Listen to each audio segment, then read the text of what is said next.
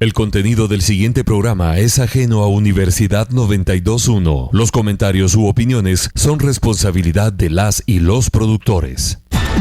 Enfrentamientos verbales dentro de la política partidista ataca al hombre y no a sus ideas. Aquí nosotros lo hacemos desde la academia, con base en la investigación. Lo hacemos por la radio, pero sobre todo lo hacemos políticamente hablando. Políticamente hablando. Amplía tu información. Un análisis profesional, académico y formativo de la realidad social, económica y del Estado. Ahora, políticamente hablando. Al aire. Porque la política es inherente al hombre. A continuación, transmitiendo por Universidad 92.1. Ideas políticas que suenan. La libertad de decir las cosas como son. Muy buenos días, gracias por estar con nosotros nuevamente en otra edición de Políticamente Hablando, este espacio de la Escuela de Ciencia Política, que como todos los jueves traemos temas de interés y análisis crítico. Estamos bajo la coordinación del doctor Mario Roberto Morales y quien les saluda es Carla Roldán, un gusto estarlos acompañando. Muy buenos días, doctor. ¿Qué tal, Carla? Muy buenos días. Bien, entonces hoy, como lo anunciamos ya previamente en nuestros medios electrónicos, vamos a estar conversando sobre las elecciones atípicas que se han presentado en el proceso electoral 2015 de cara a la segunda vuelta. Para ello hemos invitado como analistas a el licenciado Alan Martínez Montt y al licenciado Florencio Montúfar, quien está ya por acercarse acá a cabina, pero pues acá está con nosotros Alan ya dispuesto para poder empezar a analizar el tema. Muy buenos días, Alan. Muy buenos días, Carla. Muy buenos días, doctor Mario Roberto Morales. Bien, gracias a ti por acompañarnos tan temprano. Hoy, pues siempre recordándoles brevemente los espacios para que ustedes se puedan comunicar. Estamos disponibles al 2207-9017 y 2207-9018. También puede escucharnos a través de la web en www.radiousac.tk. En Facebook nos encuentra como Políticamente Hablando y en Twitter como sp-usac. Y entonces, como tenemos tanto que platicar el día de hoy, analizar, vamos a iniciar ya con la introducción del doctor Mario Roberto Morales. Muchas gracias, Carla. Voy a ser breve esta vez para dejarlos a ustedes analizar puntualmente estas elecciones, pero hay algunas generalidades que hay que mencionar y que el público las vio, aunque no siempre analizó y vinculó algunos hechos con otros que no están tan visibles. Estas elecciones pues han sido atípicas en tanto que en primer lugar fueron precedidas por un gigantesco operativo de manipulación mediante el cual se eliminó al declarado ganador de las elecciones, que era Manuel Valdizón, ¿no? Este caso es interesante, no porque uno defienda ni mucho menos a Valdizón, sino porque es un caso en el que se elimina a un seguro ganador por medio de la ideología, es decir, por medio de la hegemonía, por medio de la manipulación de la guerra psicológica, ¿no? Y esta guerra psicológica se libró en los medios de comunicación y en las redes sociales. Por ejemplo, la campaña del No le toca, ¿no? Entonces, es atípica porque el seguro ganador pues no fue en la segunda vuelta, ¿no? Es atípica porque un individuo que no tiene conocimiento político ni siquiera cultura general, como él mismo se encarga de demostrarlo en los medios audiovisuales, es el seguro ganador de la segunda vuelta, ¿no? En lo que sí es típica la elección es en que pues los candidatos contendientes en la segunda vuelta pues ambos están alineados con el poder económico tradicional y debidamente financiados por ¿no? En ese sentido, eso es típico y no interesa mucho, pero sí interesa, digamos, la manipulación por medio de redes sociales y la guerra psicológica en los medios, porque yo creo que ese ha sido el factor determinante en el auge de Jimmy Morales, ¿no? Tanto que se dice que la plataforma electrónica del Partido Patriota pues estuvo a las órdenes de la campaña de Morales, y eso lo hizo subir gracias al contagio en las redes sociales con pseudoargumentos afectivos. Eso por un lado. Por otro lado, la saturación de encuestas en los medios de derecha, ¿no? Precisamente los amigos aquí hoy van a analizar la encuesta de Prensa Libre, la más reciente, que es, por decirlo menos, polémica, ¿verdad? O impugnable, pero que nos interesa en tanto medio de manipulación psicológica, ¿no? Porque las redes sociales operan según la idea afectiva del yo quiero estar donde están todos los demás, yo quiero estar con la mayoría, ¿no? Y no nadar contracorriente. Entonces hay muchos elementos que hacen de estas elecciones atípicas, aunque al parecer el resultado esté cantado, pero acordémonos que en la primera vuelta también lo estaba, ¿no? Y claro, el seguro ganador fue eliminado gracias a una orquestación enorme de manipulación psicológica. Esta vez pues no hay ese interés, ¿no? Al contrario, el seguro ganador tiene todo el apoyo de los sectores tradicionales y desgraciadamente, porque en mi caso personal creo que es un retroceso del país, por lo menos de casi medio siglo, que este individuo llegue al poder. Pero para eso están aquí nuestros invitados, no tarda en llegar Florencio Montúfar, pero está aquí Alan Martínez Montt. Me da mucho gusto recibirlos porque son egresados de la Escuela de Ciencia Política, que es la que auspicia este programa. Así que, Carla, le regreso el micrófono. Muchas gracias, Mario Roberto, y sí, pues muchas gracias a ti también, Alan, porque es la primera vez que te tenemos con nosotros analizando y esperemos que pues continúes en el programa como invitado. Alan, pues como ya lo comentaba Mario Roberto, es egresado de la Escuela de Ciencia Política y también lo conocen como presentador de televisión en varios programas críticos y también analista político. Bueno, Alan, entonces creo que es pertinente empezar platicando sobre el tema mismo de este programa, que es elecciones atípicas. ¿Por qué podemos entonces mencionar que este es el proceso más atípico que hemos vivido durante pues la llamada era democrática? Bueno, buenos días, reitero el agradecimiento a ustedes y un gusto estar compartiendo la cabina de Radio Universidad y este programa pues académico, políticamente hablando. En primer lugar, considero que estas elecciones pues tuvieron una ruta que pone en escena la lucha de los grandes intereses de las élites que de momento han tenido pues el control sobre el poder político. Me refiero a la intervención y la injerencia que tienen las grandes familias guatemaltecas ostentosas de esa acumulación de capital y por supuesto las grandes redes que lograron conformar para poder tener un status quo que les permita tener la generación de dividendos o divisas para sus actividades comerciales.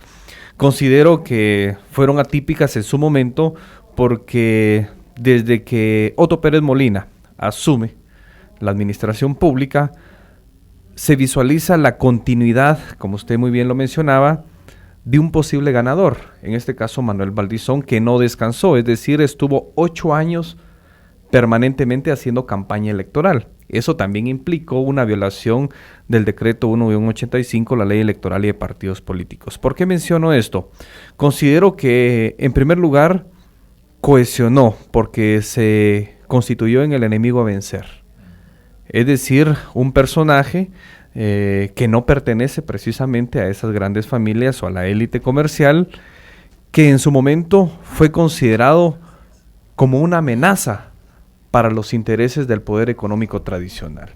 Es decir, el enemigo, el tercer actor en la discordia, simplemente no provenía de su sector. Eso lo que les permite entonces es empezar a diseñar una estrategia que en los primeros 2 años del gobierno de Otto Pérez Molina no se visualizaba con claridad. Es decir, estaba el interés de no permitir que llegara a ganar las elecciones, pero la estrategia no estaba establecida. Más bien, creo que con la intervención y el rol preponderante que tuvo la CICIG con los casos de alto impacto en materia judicial, empieza a darse una nueva serie de estrategias en el ajedrez electoral. Me refiero a la intervención, por supuesto, de Estados Unidos como actor principal a través o atrás del telón de la CICIG, y con eso empezar a articular y cohesionar los intereses del sector organizado del poder económico, léase el CACIF, que de la mano de Jorge Briz logra primero sanear las divisiones que internamente tenía el CACIF. Esto lo que implicó pues fue básicamente poner en sintonía cuál podría ser la ruta para poder vencer a este candidato que, también hay que decirlo, facilitó la estrategia, es decir, no fue tampoco en algún momento resistente y muy hábil con su pensamiento estratégico. Entonces esto lo que permitió, pues básicamente es articular de dos corrientes, ¿verdad? Una era, pues básicamente tener casos de alto impacto que pudieran cohesionar a la ciudadanía como un poder emergente que pudiera en algún momento acompañar ese clamor popular al cual ellos denominaron en contra de la corrupción. Segundo, capitalizar ese empoderamiento de la ciudadanía hacia el factor político que nos dejaba pues el proceso electoral como tal, porque estaba establecido en la democracia electoral, tal como lo tenemos nosotros pues contemplado en nuestro sistema presidencialista. Y finalmente pues era simplemente de preparar el jaque mate, ¿verdad? Y el jaque mate pues creo que se dio. ¿Quiénes ganaron? Los actores de siempre, ¿verdad? El poder económico que para mí logra retomar cuotas de poder que había perdido, lícitas e ilícitas, porque hay que decirlo también. Es decir, los negocios que se dan dentro del Estado, los negocios que se dan propiamente en la iniciativa privada, de los cuales ellos son pues los grandes referentes, no solo en el mercado interno, sino también en el mundo globalizado, porque son los que se aprovechan de los grandes tratados de libre comercio, y también, lamentablemente, hoy por hoy, en la esfera del crimen organizado. El crimen organizado hoy por hoy es uno de los actores que también lo vuelve atípico. ¿Por qué? Porque ante la gran crisis institucional del Estado, ante la debilidad de liderazgos, ante la debilidad de tener capitales lícitos para financiar a organizaciones políticas, pues el escenario está pues ad hoc para que el crimen organizado simplemente deposite sus cantidades millonarias en los candidatos que les permitan tener ciertas garantías para sus negocios.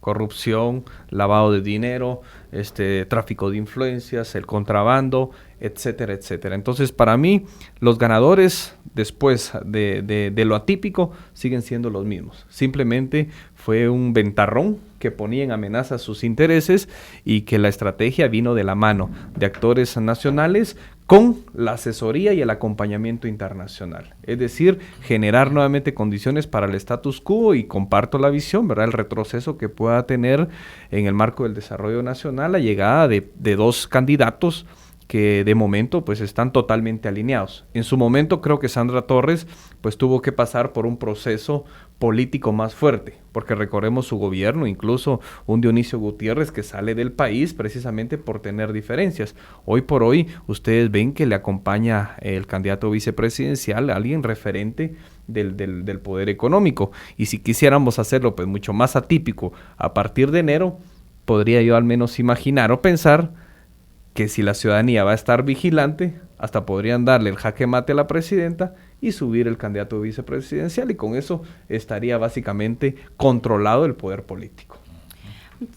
Perdón, solo para abundar un poquito sobre el caso Valdizón, me parece que la gente podría preguntarse, bueno, ¿y cuál era el odio hacia Valdizón solo por el hecho de que no perteneciera a la élite del CACIF? Bueno, pero es que se supo también que él pensaba oficializar relaciones con China continental, ¿no? Y que tenía el proyecto de traer de India productos farmacéuticos genéricos a bajísimo precio. Esto arruinaba muchos de los negocios de la élite con el Estado. Entonces, solo eso creo yo que era motivo suficiente para eliminarlo, como lo hicieron, ¿no?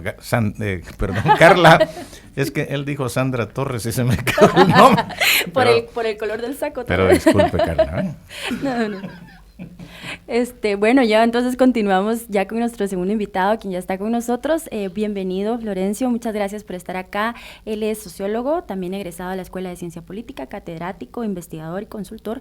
Entonces también nos va a dar su aporte acerca de lo que ya nos adelantó Alan, sobre el proceso atípico que se desarrolló durante este año 2015 de elecciones, así como el efecto que tuvo el efecto del fenómeno de Valdizón, y hacia dónde podrían pues tal vez girar sus simpatizantes en una segunda vuelta, para ya entonces entrar a analizar después de ello los perfiles de los dos contendientes que quedaron.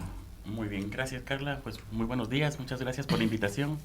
Mario Roberto, un gusto igualmente compartir con usted, y bueno, Alan, es un gusto siempre tenerte aquí, es un gran colega acá y bueno, gracias Carla por la invitación. Bueno, primero que nada, tratando de sumar a lo que se ha estado colocando ya sobre la mesa, otro elemento que hace unas elecciones atípicas es que el presidente que va a entregar el poder el 15 de enero no es el mismo que asumió 4 años antes. Esto se da por una dinámica política que inició hace 4 años, donde desafortunadamente el partido que llegó, el Partido Patriota, no encontró una oposición fuerte dentro del Congreso. Es más, tenía la posibilidad de negociar con 2 grandes bloques, uno conformado por la UNE y el otro conformado por el líder. Esto hace que podamos ver a lo largo de los años que gobernó, los 3 años y medio, procesos de negociación. En momentos el líder le cerraba las puertas al Patriota para el presupuesto, conformar la junta directiva del Congreso, etcétera, etcétera. Entonces el partido de gobierno se aliaba con la UNE y cuando no lograba llegar a acuerdos con la UNE, pues obviamente se salía y negociaba con el líder. Tal fue el caso de las comisiones de postulación para el organismo judicial. Esto hace que realmente el Partido Patriota, durante estos 3 años y medio, tuvo la libertad de poder impulsar diferentes propuestas, de trabajar, pero también de no ser realmente fiscalizado. Para mí, todas las estrategias que se llevaron en el Congreso, por ejemplo, con las interpelaciones, era una forma también que apoyaba al gobierno de turno. Esto deja a un organismo legislativo dentro de una dinámica de fiscalización, pero sin fiscalización. Es decir, estar con una fila de ministros a los cuales hay que cuestionar sobre cosas, podríamos decir, banales, porque si le pudiéramos preguntar a cualquier ciudadano sobre cuáles eran las críticas que habían a estos ministros, nadie va a tener algún elemento. Las críticas a los ministros surgen durante este año cuando se descubren o se dan a conocer estos casos de corrupción. Entonces, esta dinámica que se da durante estos 4 años desgastan a 3 partidos claves: el Patriota, el líder y la UNE, que son los 3 partidos que están quedando como grandes perdedores en estas elecciones. Y aparece una figura completamente distinta. Lo de completamente distinta lo pongo entre comillas, porque obviamente desde la posición de análisis pues tenemos claros que hay actores atrás que lo están empujando. Pero el ciudadano común y corriente, para ellos, pues obviamente Jimmy Morales se constituye un candidato atípico. No están viendo quiénes están atrás. Quizás ni siquiera están interesados en el plan de gobierno o del gabinete. Realmente el ciudadano común y corriente no está interesado en eso. Quizás nosotros para ver quién va a quedar en tal ministerio y nos pueda dar alguna consultoría o algo así, ¿verdad? Pero, o algún conocido, ¿verdad? Pero realmente el ciudadano común y corriente no está ni preocupado por quién llegue al gabinete ni cuál va a ser el plan de gobierno. Y para mí, esto es algo que desafortunadamente como cientistas sociales tenemos que tener cada vez más claro. La realidad se nos impone siempre. Tenemos una ciudadanía que todavía no realiza actos racionales. Con todo el respeto que se merece en los radioescuchas, realmente las acciones que realiza la ciudadanía guatemalteca está pasando de una práctica tradicional de voto a una práctica afectiva de voto. Es decir, dejamos de votar con el corazón y empezamos a votar con el hígado. Entonces, ahorita lo que estamos viendo es el voto de castigo no al partido de gobierno, sino un voto de castigo a la clase política.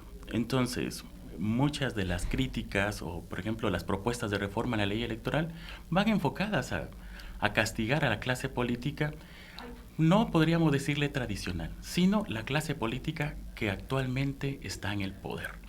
Bueno, y con eso vamos a irnos a nuestra primera pausa. Tenemos ya un avance informativo y vamos a regresar entonces ya analizando las preguntas que quedaron ahora sobre la mesa. Bueno, ustedes no nos cambien, seguimos acá en Universidad 92.1.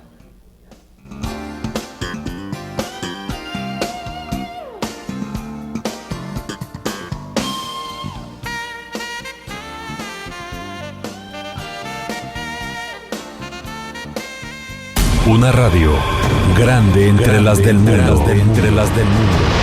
Universidad 92.1. Ideas que suenan.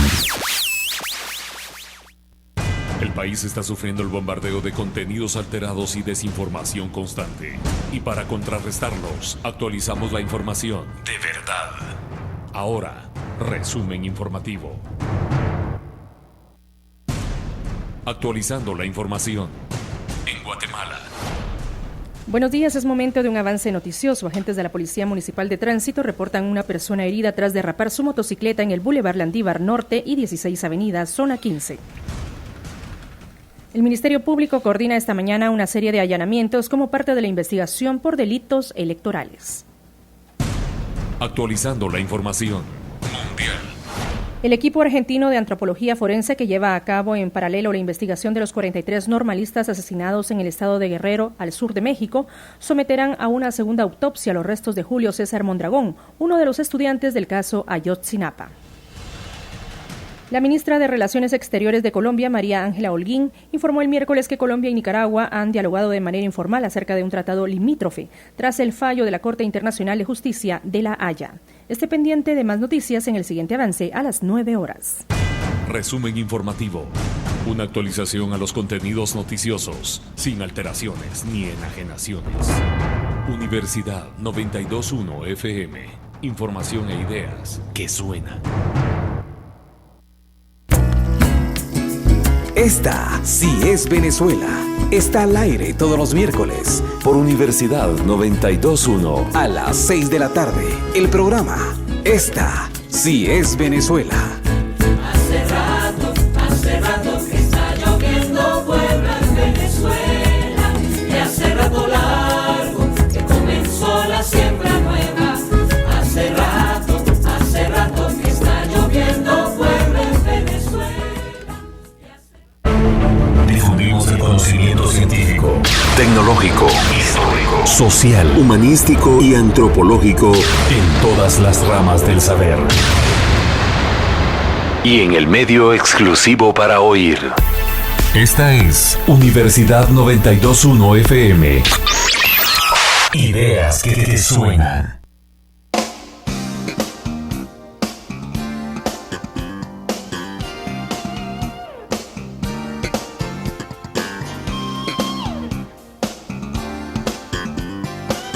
Bien amigos, estamos ya de vuelta con el programa del día de hoy analizando el proceso atípico de elecciones que se ha desarrollado durante el 2015 de cara a la segunda vuelta. Como invitados tenemos a Alan Martínez Montt y a Florencio Montúfar, ambos de la Escuela de Ciencia Política.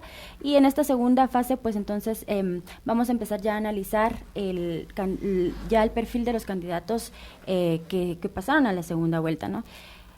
Pero antes nos informa nuestro compañero Mayron Hernández que tenemos una llamada, así que vamos a atenderla. Muy buenos días, adelante su nombre y su pregunta. Buenos días, mi nombre es Jorge Astorga. Buenos días, Fíjate Jorge. que yo he estado siguiendo con mucha atención los programas de ustedes y me llama mucho la atención el interés o las oscuras intenciones de ustedes al manifestarse en una serie de acciones, sobre todo contra la gente que manifestamos en la Plaza Central. Las urracas parlachinas, como la llama Mario Roberto Morales, a los que gritamos consignas en la plaza. Déjeme decirle que muchos de ellos los expusimos, incluso, ¿verdad? Derramamos sangre detrás de un matorral o una piedra en alguna oportunidad.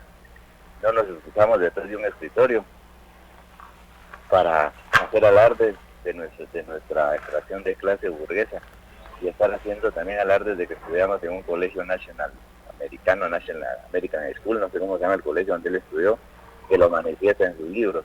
Yo personalmente sentía mucha admiración por él y he leído casi todo lo que ha escrito. Incluso tengo un libro autografiado por él, pero esto es como quitarle un pelo a un gato. Yo, a partir del interés oculto que él tiene porque Valdizón llegara al poder, he decidido no leer nunca nada más de lo que él escriba. Y como le digo, es como quitarle un pelo a un gato. Incluso he empezado a regalar todos los libros que tenía de él. No quiero tener ninguna relación con ese tipo de gente, ¿verdad? Mediática. Y como son, por ejemplo, la gente de Canal 23, perdón, que le querían hacer una emboscada como la que le hicieron a Sandoval en el último foro al cual no llegó Jiménez Morales. Yo pienso el voto en esta ocasión, votar por cualquiera de las dos porquerías que tenemos como opciones, es un voto temerario. Es un voto temerario, un voto que deberíamos, yo llamo a la abstención, y deberíamos de abstenernos porque la abstención podría en algún momento hacer que no tenga validez, que no tenga ningún respaldo político en ninguno de los dos que pueda ganar. Pero las intenciones ocultas del programa de ustedes a través de todos los análisis que han hecho y que siempre defienden a Valdizón, habla de la medicina hindú. ¿Qué control de calidad tiene la medicina hindú? ¿Verdad? Aquí en Guatemala ahí se maquila mucha medicina en garage y se sigue dando en el ISSSTE, por ejemplo. Y la medicina hindú es una de las medicinas que no tiene control de calidad. Antes de ponerse a importar medicina hindú, tiene que pasar por un control de calidad. Bien, bueno. Me da mucha pena y siento mucho, ¿verdad? Que haya gente que tenga algún tipo de inteligencia y que la desperdicie en esas cosas.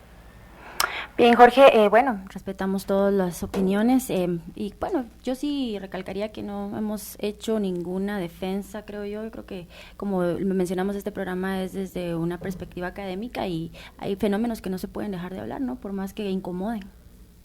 Sí, Valdizón está fuera de la jugada y solo un imbécil lo defendería. Bueno, entonces seguimos ahora analizando ya el perfil de los dos candidatos que llegaron a la segunda vuelta y las propuestas que tienen, ¿verdad? Creo que aquí vale la pena, ya como lo mencionamos, hablar sobre la encuesta que salió ayer publicada y de qué manera impacta también la opinión pública, así que les cedo la palabra. Bueno, en el marco de la opinión pública, bueno, yo quisiera dejar como premisas el análisis más profundo de las agendas que nos imponen no solo los medios de comunicación, sino los actores que están interesados en tener cuotas de poder, en este caso, en el marco de un proceso electoral. Me refiero a las agendas mediáticas, me refiero a las agendas propiamente de los partidos políticos, a las agendas de las corporaciones transnacionales, a las agendas de los sindicatos, a las agendas de la sociedad civil organizada, a las agendas de las ONGs, a las agendas del capital extranjero, en fin. El proceso electoral en Guatemala creo yo que es una convergencia de una serie de intereses. ¿En dónde queda entonces la construcción de los medios de comunicación? Pues bueno, tendríamos que ir a las herramientas que se utilizan, ¿verdad? Y una de ellas es la herramienta de la encuesta, que precisamente pues lo que busca es tener una fotografía del momento en la cual se realizó, es decir, con base a una muestra, a la elaboración de una ficha técnica, poder tener datos que permitan generar la orientación del sentir, en este caso del ciudadano que está debidamente empadronado y que tenga la capacidad de ejercer su derecho al sufragio. ¿Por qué lo digo? Posiblemente un gran porcentaje de los entrevistados ni siquiera voten. Un gran porcentaje podría ser, por ejemplo, de nacionalidad ajena a la guatemalteca, o podrían simplemente no tener la mayoría de edad. Entonces, una encuesta para mí, hoy por hoy, no es más que una herramienta de manipulación política electoral. Lo podemos ver y referirnos y hagamos un poco de memoria en las elecciones del 2007. Prensa Libre, ustedes se recordarán en su momento, le dio la victoria a Otto Pérez Molina sobre Álvaro Colón, que fue el último cartucho que tuvo Prensa Libre para poder generar y desviar la intención que en su momento se había dado en el 2007. ¿Cuál fue el resultado? Totalmente el contrario, es decir, ganó Álvaro Colón, la empresa que realizó la encuesta pues simplemente fue despedida y ya no prestó más sus servicios en este medio escrito. Así que hoy por hoy, lo que ayer, por ejemplo, sale en este medio escrito, lo que se ve es una tendencia clara, no del medio, sino de los intereses comerciales de los grupos de poder, es decir, los medios de comunicación al servicio de una plataforma que está consolidando simplemente la estrategia que ya viabilizó, es decir, simplemente llegar al 25 de octubre, que sería este fin de semana, y lograr la victoria. Con esto, pues yo creo que se construyó un perfil antipolíticos tradicionales, como ya lo decía el licenciado Florencio Montúfar, ¿verdad? Lo que se capitalizó acá fue el descontento personificado de momento en dos personas. No se está hablando de programas de gobierno, no se está hablando de estrategias, no se está hablando de política exterior, no se está hablando de comercio internacional, no se habla de desigualdad social, no se habla de la lucha contra la corrupción, no se habla de probidad, etcétera. Lo que se está buscando hoy por hoy es personificar y capitalizar el voto hacia un candidato que ya lo vemos. Hay un gran actor atrás, y es un actor que en su momento estuvo al servicio del poder económico. Me refiero al Ejército de Guatemala. Florencio, ¿quieres agregar algo al respecto? Bueno, yo tengo una idea algo distinta sobre las encuestas. Realmente las últimas encuestas me han dado prácticamente en la cara, porque en la primera vuelta yo tenía una proyección completamente diferente. Para mí la idea era que el partido líder y la UNES iban a discutir la segunda vuelta. Y al no ser así, pues obviamente mis proyecciones se vinieron al suelo y tuve que como que reflexionar un poco más sobre las encuestas. Yo creo que esta idea de cómo las encuestas publicadas previamente a las elecciones pueden influir en el voto de la ciudadanía es algo que tenemos que estudiar. Es algo que tenemos que estudiar porque tenemos la hipótesis, pero deberíamos de tener la evidencia empírica que nos ayude a sustentar estas hipótesis. Hay elementos teóricos que lo sustentan, ¿verdad? En el sentido de que los individuos tienden, bueno, en economía dirían como la tendencia al límite central, todos tienden al medio, ¿verdad? Entonces, y en este caso, pues todos tenderían al que va ganando. Pero es algo que sí debemos de tomar en cuenta desde la academia, estudiar este fenómeno, porque ya con la evidencia, pues yo creo que tenemos más elementos para criticar o establecer realmente cuánto puede influir una encuesta publicada en un medio masivo en la población y en la ciudadanía.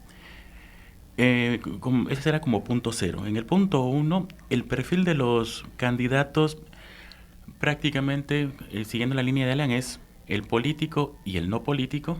Son los perfiles que se están midiendo en este proceso electoral, y realmente yo creo que ya es repetir mucho: no programa, no gabinete contra una figura conocida, muy próxima a los sectores populares por un programa de comedia, que incluso muchos podrían haber dicho, bueno, Valdizón o Sandra Torres son muy próximos al populismo. Creo que un candidato como Jimmy Morales también debemos de verlo así, porque es alguien que encanta a la población.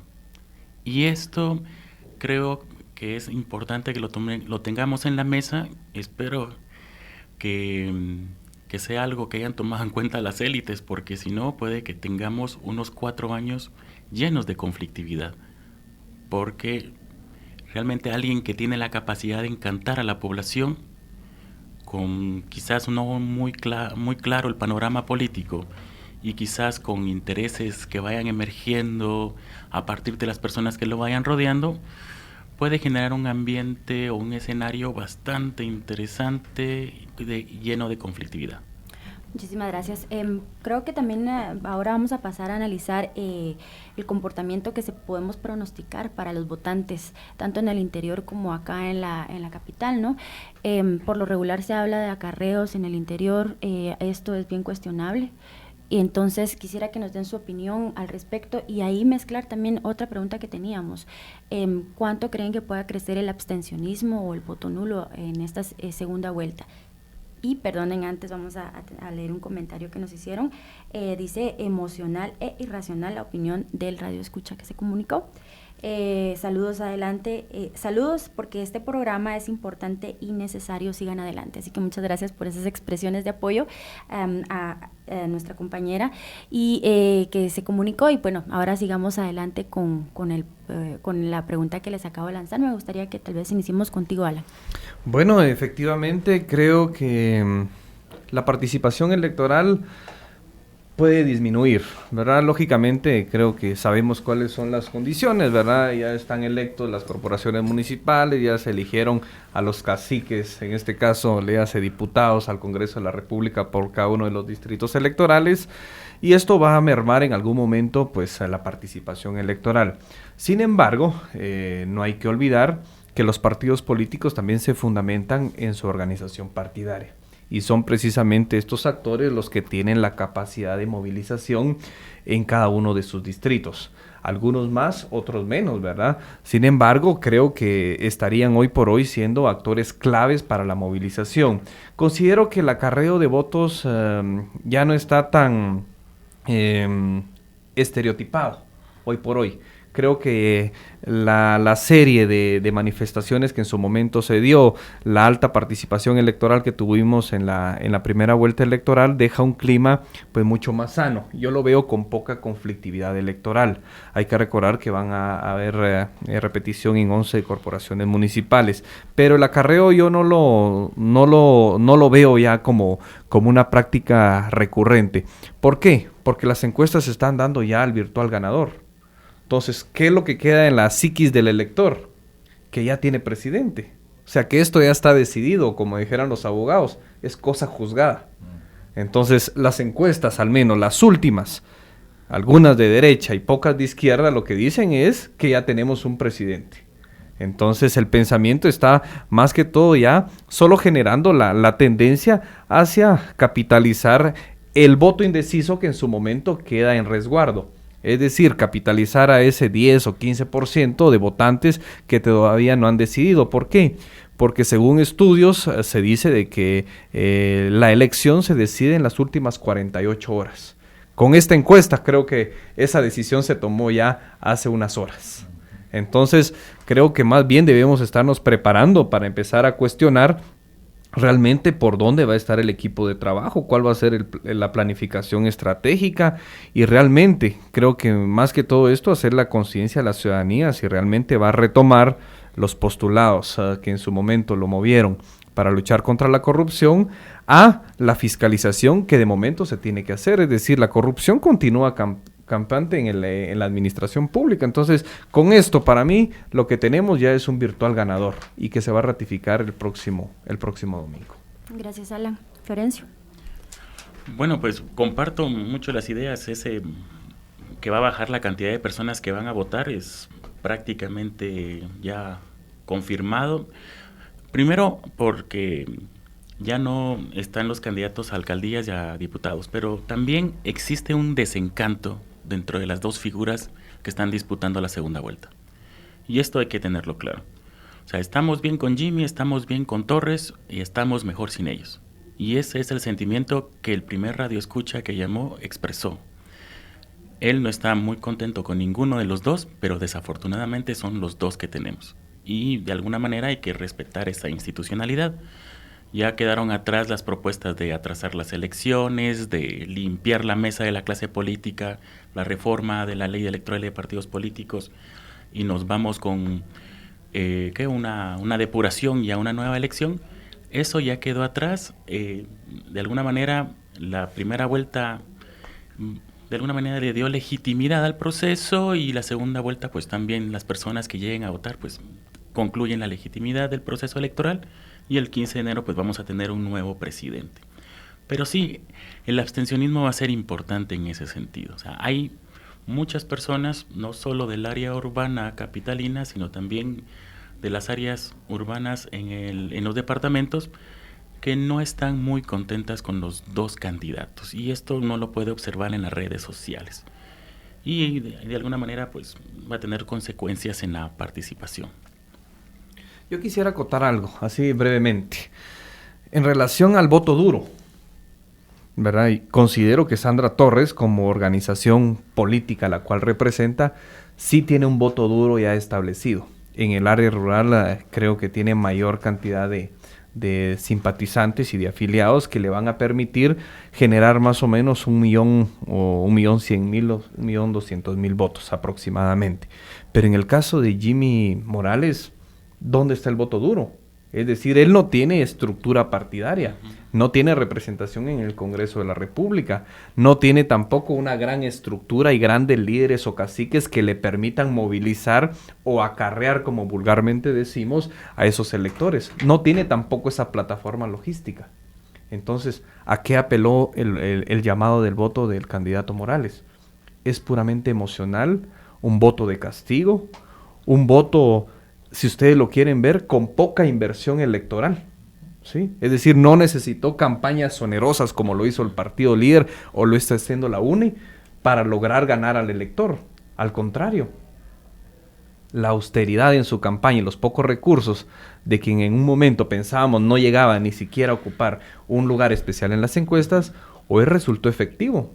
Entonces no hay que descuidar el pensamiento estratégico de quienes están atrás. Revertir los millones de inversión que utilizó, por ejemplo, el partido líder con una campaña de bajo caudal, para mí es impresionante para analizarlo en Guatemala, cuando la tendencia decía que Guatemala tenía las campañas más onerosas de América Latina y del mundo.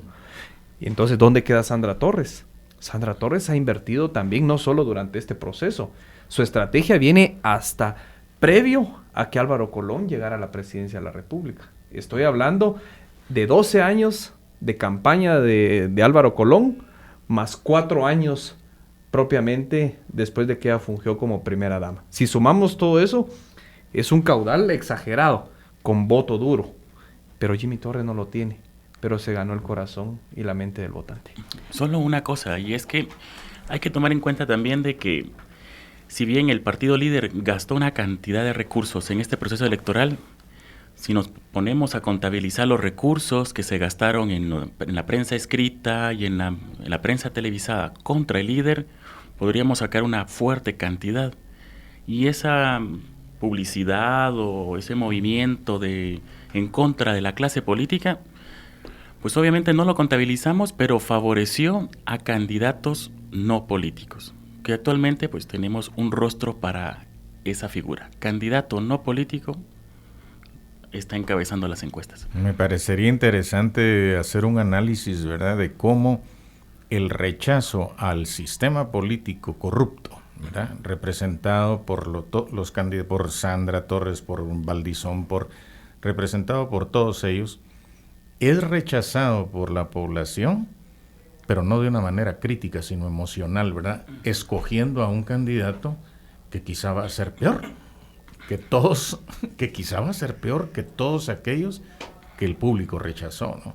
Eso merecería un análisis psicológico desde las ciencias de la comunicación, de la semiología, la semiótica, en realidad muy serio, para entender la mentalidad del elector guatemalteco, ¿no? Y su grado de manipulación. Eso que decía usted, Alan, de que la encuesta es un mecanismo de manipulación, es cierto, eso le da la victoria, la encuesta de prensa libre le da la victoria a Jimmy Morales, ¿no? Y eso, imagínese, reproducido en redes sociales, la gente ahí reacciona por contagio. Bueno, pues si ya ganó, pues vamos con él, ¿no? Eso merece un análisis muy detenido que por desgracia no podemos hacer en este programa. Pero podemos ponernos a trabajar en ello, creo yo, pues claro. Sí sería interesante. También comentarles de que el domingo hemos sido invitados por parte de Radio Universidad para participar en el análisis del desarrollo del proceso, y también pues ya le lanzamos la invitación desde ya a nuestros invitados para continuar, porque creo que tenemos mucho de qué hablar y apenas vamos acotando la mitad del guión. Y antes, pues también comentarles que tenemos un mensaje también en Twitter que nos dice: felicitaciones por el programa, adelante. Esto es de Julio Rafael Morales y dice: aunque duela, las revoluciones de colores son una realidad, gracias por abrirnos los ojos. Ahora entonces continuamos ya. Ustedes platicaron acerca de la conflictividad, que no la ven tan elevada en esta segunda vuelta, y en este aspecto me gustaría que analizáramos entonces estos 11 municipios que van a repetir el proceso, algunos otros factores que pueden afectar la segunda vuelta, por ejemplo climáticos. ¿Cómo se reaccionaría también en caso de que se desarrolle esa violencia? ¿Cuál sería el rol de las fuerzas de seguridad en ese sentido? Y del TSE mismo, ¿cómo se ha desempeñado en ese proceso? ¿Cuáles serían los retos que el TSE debería de afrontar? Bueno, realmente, el factor clima va a tener un peso importante. Hemos pasado una semana prácticamente de lluvias, los caminos se han arruinado, etcétera, etcétera. La población rural es la más afectada y obviamente ese voto es el que va a estar de alguna manera con mayores costos para poderse movilizar y poder ejercer el voto. Esto tiene como consecuencia un peso importante sobre el voto para la UNE, que en su mayoría o en buena parte se concentra en el área rural, aspecto que incluso en la misma encuesta destaca, pero lo destaca de una manera muy tímida. Entonces, porque incluso en el área rural pone a Jimmy ganando, aunque yo considero que en el área rural el trabajo que ha realizado el equipo de la UNE es importantísimo. Segundo, la parte de la conflictividad. A nivel municipal, como bien se ha señalado, ha estado girando sobre las elecciones a los alcaldes. Y esto tiene una explicación desde mi persona bastante sencilla. Tenemos muchos alcaldes que han sido reelectos. Y estas reelecciones se dan gracias a un 20 o 25% de los votos. Esto es porque dentro de los municipios existen 5, 6, 7 partidos que se reparten el 100% de los votos. Y el alcalde en funciones o el que está trabajando, pues fácilmente se reelige con una cantidad pequeña de ciudadanos que voten por él.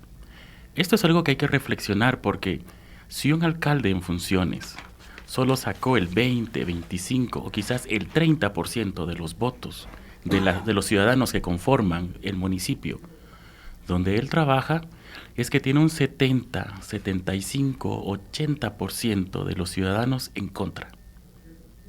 Realmente aquí tenemos que leer lo que no nos está diciendo. Es decir, el 80% o el 75% de la ciudadanía municipal no quiere a ese alcalde. Y esto, de alguna manera, explica la inconformidad. Y de alguna manera, cómo también ciertos grupos pueden aprovechar esa no aceptación o no compartir eso con la violencia y las agresiones. Tal es el caso del alcalde aquí en Sololá, que fue asesinado. Realmente ganó con menos del 30% de los votos. Obviamente tuvieron las condiciones las personas que lo fueron a linchar para hacerlo. Es decir, alguien se podría preguntar, ¿y los vecinos no hicieron nada por defenderlo? O sea, era alguien que conocían. Pues obviamente si el 70% de la población que fue a votar no lo quiere, o sea, tenemos que ser realistas en ese sentido. O sea, el mismo sistema electoral tiene ciertos errores que hay que ir revisando. Hay que ir revisando porque generan conflictividad.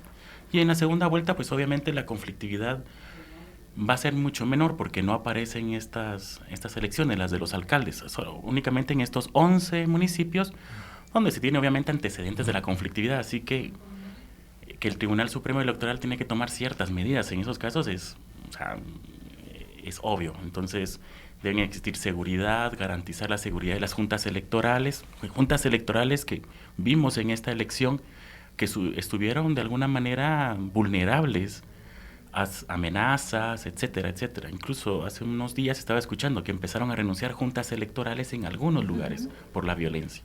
Esto lo que nos dice es realmente la conflictividad en el espacio local está destrozando la institucionalidad electoral que tenemos. ¿Por qué? Porque realmente la institución electoral que tenemos no responde a las demandas, se siente que no da lo que está esperando la ciudadanía. Y eso pues obviamente lo vemos en el plano macro con la elección a presidente. Bien, Alan, me gustaría saber si tú tienes algo al respecto y también de una vez dejar la última pregunta, porque vamos a llegar al final, es acerca de qué pasará con los movimientos ciudadanos, que ya empezamos a conversar al respecto. Se dará esta fiscalización que se anuncia con el nuevo gobierno y también cómo podemos avisorar, ¿no?, la Guatemala del 2016 a 2020. Si nos da tiempo esto en este programa, si no, pues lo vamos a continuar el domingo, como ya bien lo mencionamos. Entonces vamos con tu respuesta acerca de la pregunta anterior y ya pues Florencio se va a preparar con el análisis de esta que acabo de hacer. Bueno, mi comentario en dos partes, ¿verdad? Primero, para cerrar los escenarios de la conflictividad, sí creo que van a disminuir. Eso tampoco quiere decir que el Tribunal Supremo Electoral pierda el control y su coordinación con las fuerzas de seguridad. Claro, la principal atención se estará en estas 11 corporaciones municipales que están pendientes. Ahora bien, creo que la conflictividad va más allá. Lo estamos viendo en función del próximo fin de semana. Pero la conflictividad puede agudizarse a partir del día lunes. ¿En qué sentido? Los intereses económicos. La conflictividad ha estado muy asociada, por ejemplo, a actividades extractivistas, actividades de generación de energía, y al menos el escenario que yo visualizo es de que el día lunes, cuando se tengan datos oficiales del Tribunal Supremo Electoral, quienes empiecen a tener el primer contacto con el presidente van a ser los empresarios nacionales y extranjeros. Me refiero a las empresas transnacionales, a las que hacen la minería, a los que están interesados en las hidroeléctricas, etcétera, etcétera. Incluso los fondos monetarios internacionales fueron claros que ellos no quieren negociar más préstamos para el presupuesto para el próximo año, sino hasta que se tenga al ganador, al próximo presidente. Entonces la conflictividad la estamos viendo electoralmente de aquí al fin de semana, que para mí va a disminuir, pero la conflictividad puede subir si la visión, por ejemplo, para estas actividades es de apertura. Ahí vamos a tener conflictividad a partir del próximo lunes. Cierro el comentario. La pregunta de cierre, ¿verdad? ¿Dónde queda la población? ¿Dónde queda la ciudadanía organizada? Creo que tiene un gran reto y creo que también tienen una conflictividad solo que interna. Es decir, realmente hay causas que permiten aglutinar y cohesionar nuevamente a esa ciudadanía para ejercer fiscalización o auditoría social. Sería una de las grandes interrogantes. Segundo, ¿qué otros factores pueden nuevamente retomar ese clamor popular en las calles o en el poder local? Yo de momento tendría que visualizar casos de alto impacto nuevamente. No veo yo otros referentes que permitan a la sociedad por iniciativa propia de salir nuevamente a las calles. No veo a la población en los próximos meses realmente con ese activismo como lo demostró. ¿Por qué? Porque no tenemos un enemigo externo. En su momento fue la lucha contra la corrupción y los corruptos de la línea 1. Posteriormente hubo elementos para el no te toca que también cohesionó. Pero ahora, ¿qué vamos a demandar o qué es lo que vamos a derrocar? Yo, de momento, no lo veo. Creo que el futuro es incierto. Pero creo que aquí es donde el liderazgo debe de florecer. Si tenemos crisis de liderazgo, creo que eso va a permitir condiciones para el status quo. Es decir, al nuevo gobierno no le importa y no le interesa que la ciudadanía salga, porque eso es una piedra en el zapato, al contrario, ¿verdad? Mientras eso se mantenga de una manera con bastante tregua, va a ser de beneficio para hacer los nuevos negocios, para consolidar nuevamente los proyectos entre el sector público y privado, y de momento pues cerraría mi intervención con lo atípico que es esta elección. Atípico, ¿por qué? Primero, desde el punto de vista de género. ¿Estamos preparados los guatemaltecos y las guatemaltecas para tener a la primera mujer como presidenta del país? Veámoslo, es atípico. ¿Estamos preparados para tener al primer presidente sin experiencia en la administración pública? Eso es atípico también. ¿Estamos preparados los guatemaltecos para llegar a hacer gobierno sin plan de gobierno? Eso es totalmente atípico. ¿Estamos preparados para llegar a hacer gobierno sin estructura partidaria, sin historia, por ejemplo, de una organización política? Para mí eso también es atípico. Y ojo, viendo la encuesta que salió publicada ayer, atípico también es de que los jóvenes tienen la mayor intención de ir a votar el próximo domingo. Es decir, que eso le da un revés nuevamente a la participación, ¿verdad? Es decir, que estarían eligiendo hoy por hoy los jóvenes, tanto del área urbana como rural. Entonces, para mí sigue siendo atípico, y atípico será también a partir del 25 de octubre. Bien, Florencio, entonces tenemos ya, gracias Alan, tenemos ya tu intervención de cierre, tenemos un par de minutos, el doctor Morales también se despedirá y pues ya, empezamos con tu cierre. Bueno, un elemento que retomo es la parte afectiva. Mucho del voto en esta elección ha sido afectivo, y obviamente la conflictividad dependerá de cómo responda el nuevo gobierno. Segundo, también los resultados. Las personas pueden generar una conflictividad si no es lo que esperaban. Que resulte ganando Sandra Torres el domingo y no Jimmy Morales, obviamente hay muchas personas, no tanto el impacto de la encuesta, sino las personas que han invertido ya un gran capital económico en Jimmy Morales y que se ven frustrados, como pudo haber pasado con el líder. Y obviamente yo creo que ahí podríamos identificar bastantes fuentes de conflictividad en la primera vuelta. Finalmente, la parte de los movimientos de jóvenes o de estos que han estado trabajando o se han organizado para la transparencia y contra la corrupción, creo que esto dependerá del proyecto que se tiene. O sea, no podemos, en la medida que estos movimientos tengan un proyecto claro, pues obviamente van a tener la capacidad de organizarse. Si no tienen un proyecto claro, una visión de futuro, etcétera, pues obviamente van a ser cooptados por otros sujetos sociales que tienen un proyecto más claro y que van a poder sumar. Bueno, muchísimas gracias y vamos a continuar entonces con tu análisis el día domingo de 5 a 6. Tenemos por el momento la hora de cierre también del proceso de elecciones.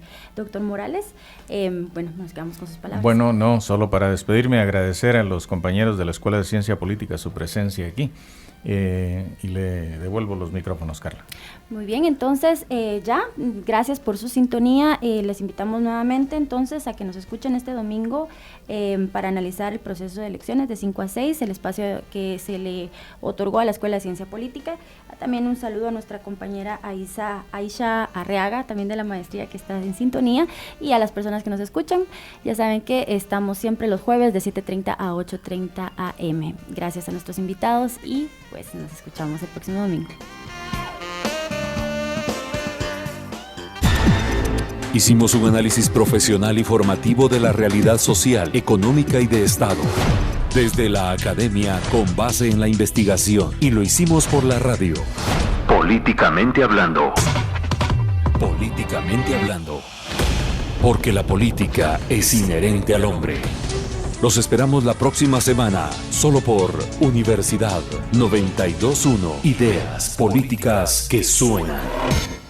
El contenido del programa anterior es ajeno a Universidad 92.1. Los comentarios u opiniones son responsabilidad de las y los productores.